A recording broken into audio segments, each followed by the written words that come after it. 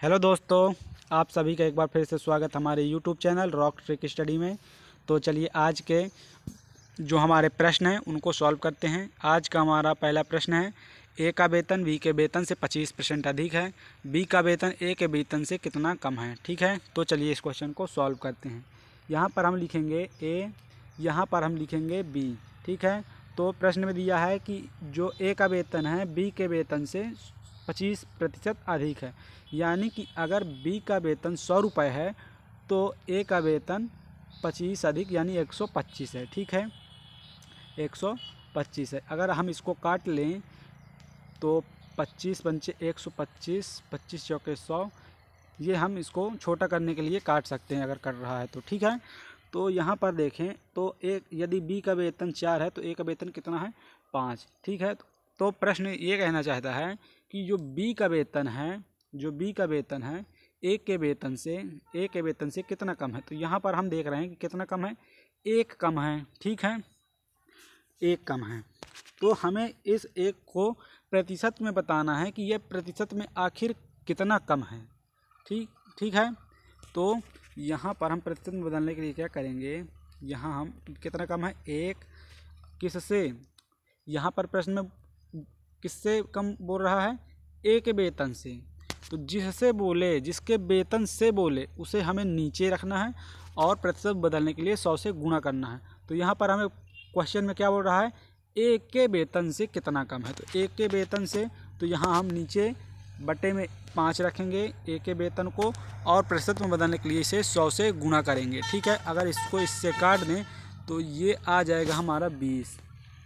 कितना आया, 20%। अतः हम कह सकते हैं कि जो बी का वेतन है, जो बी का वेतन है वह ए के वेतन से 20% कम है। ठीक है, तो इसका ऑप्शन नंबर ए सही आंसर होगा।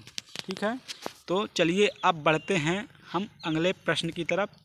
तो ये रहा हमारा अगला प्रश्न। हमारा प्रश्न कहता है, यदि चीनी के मूल्य में 10% की वृद्धि की जाए तो उसकी खपत में कितने प्रतिशत की कमी की जाए कि उसका खर्च अपरिवर्तित रहे। ठीक है, तो चलिए इस क्वेश्चन को भी सॉल्व किए ले रहे हैं। ठीक है, तो यहाँ पर चीनी का मूल्य पहले और यहाँ पर चीनी का मूल्य बाद का मूल्य। ठीक है, तो पहले चीनी का मूल्य कितना था, 100 रुपये था। उसमें क्या होती है 10% की वृद्धि होती है, तो ये कितना हो जाता है 110। ठीक है, तो यहाँ अगर 0 से 0 काट दें तो ये बन जाएगा 10:11।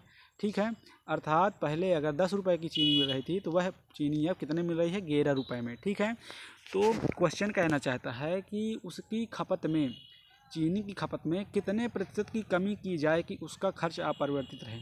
तो हम कमी किस में करेंगे, जो वृद्धि हुई है उसमें। ठीक है, तो यहाँ कितने की कमी करना है, 1 की कमी करना है। ठीक है, तो 1 की कमी तो करना है, तो हमें प्रतिशत में बताना है कि ये प्रतिशत में कमी कितने प्रतिशत के बराबर है। ठीक है, तो यहाँ पर हम प्रतिशत में निकालने के लिए लिखेंगे कितने की कमी, 1 की कमी। तो 1 बटे कमी किस में करेंगे हम, जो ये बढ़ा हुआ मूल्य है, जो बढ़ा हुआ मूल्य है बाद का मूल्य है उससे इसकी तुलना कर रहे हैं। तो बटे में हम किसको रखेंगे, बटे में हम रखेंगे 11 को। ठीक है, बटे में रखेंगे 11 को और प्रतिशत में बदलने के लिए कर देंगे 100 से गुणा। ठीक है, तो ये हमारा हो जाएगा 100/11। ठीक है, 100/11 ये ऑप्शन नंबर है इसका सही आंसर होगा। ये और हम इसको इस प्रकार से भी लिख सकते हैं, 9 सही 1/11। ठीक है, 9 सही 1/11 प्रतिशत भी लिख सकते हैं। तो चलिए अब नेक्स्ट क्वेश्चन की ओर बढ़ते हैं। तो ये रहा हमारा प्रश्न नंबर 3।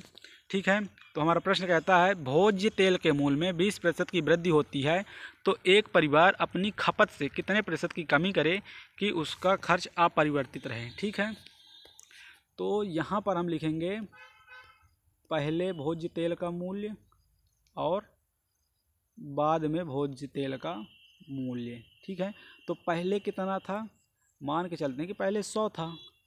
अब जब उसके मूल्य में 20% की वृद्धि होती है तो वो हो जाता है कितना, 120।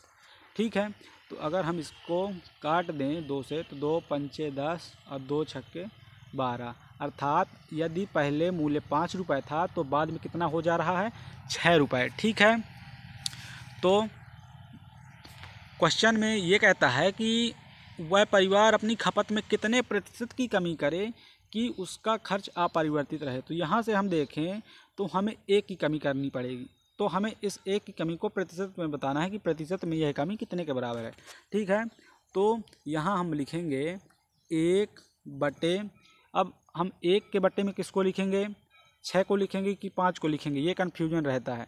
ठीक है, तो हमें किस मूल्य में कमी करनी है, हमें किस मूल्य में कमी करनी है, जो बाद वाला मूल्य है उसमें हमें कमी करनी है। ठीक है, तो उसमें कमी करने के लिए हम क्या करेंगे, उसको बटे में रखेंगे। ठीक है, हमें बाद वाले मूल्य से शुरू वाले मूल्य की तुलना करनी है। तो बाद का जो मूल्य है 6 है और पहले का 5 है, तो हम कमी किस में करेंगे, हम कमी तो इसी 6 रुपये में करेंगे एक की, तब ना हम पहले के बराबर खपत करेंगे या पहले के बराबर हमारा खर्च रहेगा। ठीक है, तो हम यहाँ पर बटे में 6 रखेंगे, क्योंकि हमें क्वेश्चन में कह रहा है कि कितने प्रतिशत की कमी की जाए कि खर्च अपरिवर्तित रहे। तो 1 रुपये की कमी की जाए किसमें, 6 रुपये में, तो यहाँ पर बटे में 6 हो जाएगा और प्रतिशत में बदलने के लिए 100 से गुणा कर देंगे।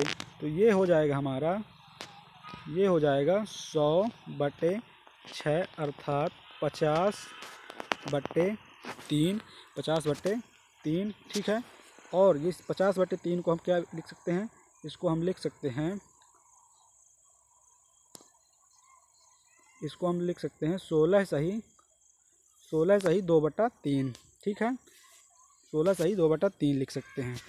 तो आज के जो हमारे प्रश्न थे उनको हमने अच्छी तरह से सीखा। अब मिलेंगे आपको नेक्स्ट वीडियो में, तब तक के लिए जय हिंद जय भारत।